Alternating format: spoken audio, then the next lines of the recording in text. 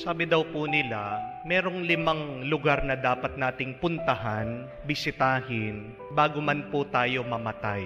We need to go to visit to these 5 places before we die. And why is that? Because these 5 places could teach us something about life. Tuturuan tayo tungkol sa buhay, sa kahulugan ng buhay, at tungkol sa pagpapakatao. At ano po yung 5 lugar na ito na kailangan mong puntahan, bisitahin, bago ka man mamatay? Unang-una, pumunta ka sa kulungan, prison cells. We have to visit those who are in prison. And why is that? What will we learn from them? Suffering, pagdurusa. At ang matututunan po natin dito, walang kasalanan ang walang kaparusahan. If you decide to sin, if you decide to do something wrong, be ready to be punished. Sometimes the punishment comes not because you have done something, but because somebody has done something. Minsan din po yung mga walang kasalanan na frame up, nadadamay sa kasalanan ng iba. But the truth is, wherever there is sin, wherever there is evil, punishment and suffering are not very far away. Pag merong kasalanan, pag merong pagkakamali, merong pagdurusa, merong parusa. At makikita natin yan, mararamdaman at matututunan sa mga nakakulong, sa mga nandoon sa kulungan. Pangalawa, schools, eskwelahan. Maganda din po paminsan-minsan bumisita kayo sa mga eskwelahan. Dahil dito mo makikita, mapapansin yung mga bata. Maaalala mo, minsan sa buhay mo, bata ka rin. Ang problema kasi sa atin, habang tumatanda tayo, nakakalimutan natin yan.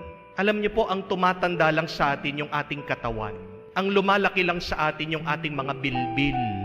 Pero, huwag niyong kalimutan na yung ating mga kaluluwa, yan dapat hindi tumatanda.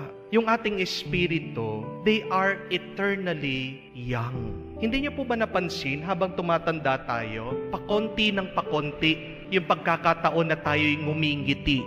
Di po ba? Habang tumatanda tayo, pakonti ng pakonti yung mga pagkakataon na tayo'y nagpapatawad. Habang tumatanda tayo, pakonti ng pakonti yung pagkakataon din na tayo nagpapakumbaba. Pero pag pumunta ka sa eskwelahan, nakita mo yung mga bata, you will learn, you will remember that children are naturally happy. That children are naturally forgiving. That children are naturally humble. Magandang matutunan natin yan at matandaan. Please visit a school. Number 3, bumisita din po kayo sa bukid farms. Bakit? Para makita mo ang halaga ng pagpapawis at pagtatrabaho. Tingnan niyo po yung mga magsasaka. Nag-i-enjoy sila pag sila'y nagtatanim. Buhay nila ang bukid. Umagang-umaga pa lang, nakagising na yan, naglalakad, pupunta sa bukid. Hindi makatulog, iniisip palagi yung bukid. At anong tinuturo sa atin nun? Na para sa kanila, ang trabaho ay hindi parusa. Para sa kanila, ang trabaho ay parte ng buhay at nagiging makabuluhan ng buhay dahil sa kanilang pagpapawis, pagpapagod at pagbabanat ng buto. Napakarami po kasi sa mga bata ngayon, di niyo po napansin. Ayaw na pong madumihan, ayaw pagpawisan.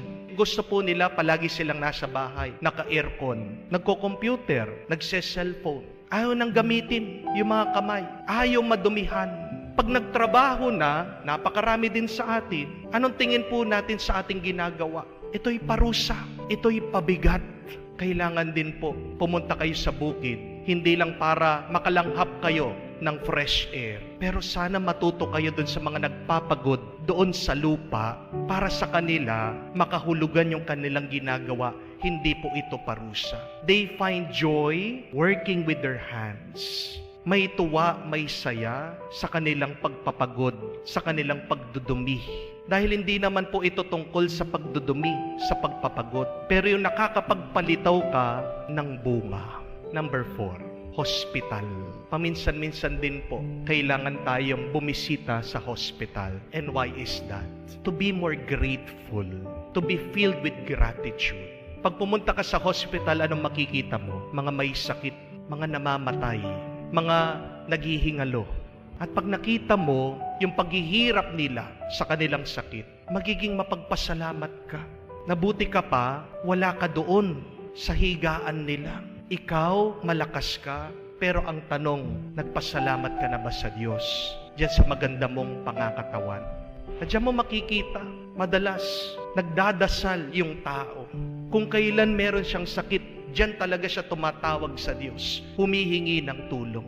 Pero napakagandang paalaala sa atin, before you ask God for anything, please thank God for everything. Ulitin ko po yun. Before you ask God for anything, thank God first for everything. Bumisita ka sa hospital, makikita mo, napakapalad mo pa.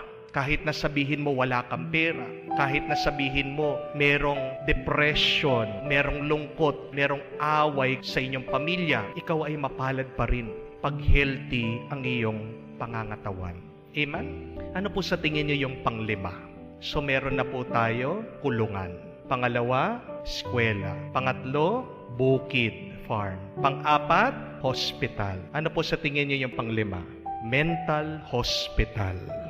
Nakapunta na po kayo? Nakabisita na kayo sa mental hospital? Maganda din po. Ano yung matututunan natin doon? Makikita mo, isa sa mga pinakamasayang tao sa mundo ay yung mga baliw, yung mga sira yung ulo. Bakit napakasaya nila? Kasi wala silang iniisip at hindi nila iniisip kung ano yung tingin ng ibang tao sa kanila. Di po ba? Bakit tayo nadidepress? Bakit napakarami natin takot sa buhay? Dahil palagi tayong nag-iisip. Wala pa, iniisip mo na. Nakalipas na, hanggang ngayon iniisip mo pa. Ano po yung nakakapagbigay ng lungkot sa atin? Yung palagi mong iniisip kung ano yung tingin o iniisip ng ibang tao tungkol sa iyo. That is what blocks or hinders your happiness. Tingnan niyo po yung mga baliw. Walang pakialam. Ano yung sinasabi nila sa atin? Learn to say, so what? So what?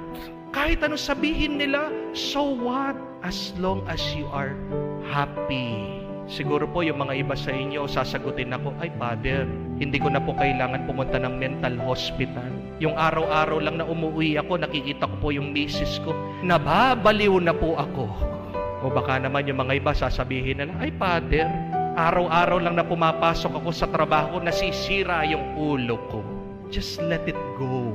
Just enjoy the moment. Napakahalaga po, daanan mo yung 5 lugar na yan. Marami kang matututunan tungkol sa buhay. At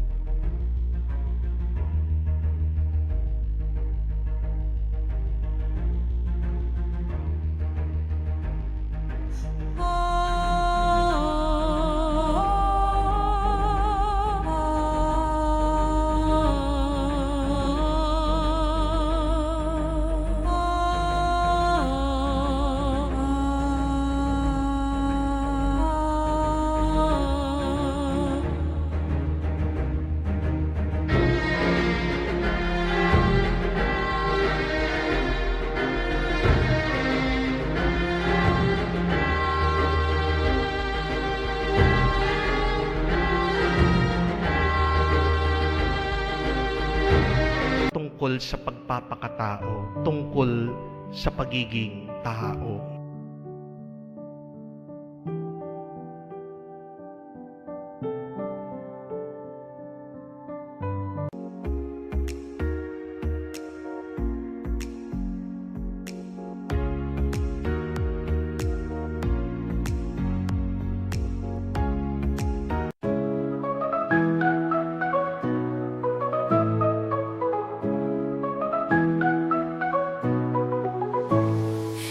Garden hidden where the flowers fade, memories lie still in the silent glade. Petals once so vibrant, now a muted hue. In the garden of forgotten flowers, I find thoughts of you. The roses once so red, now a quiet gray. Whispers of the past in the light of day. a story of a love that used to be. In the garden of forgotten flowers, I find thoughts of you. In the garden of forgotten flowers, where dreams once bloomed, love's lost fragrance in the air.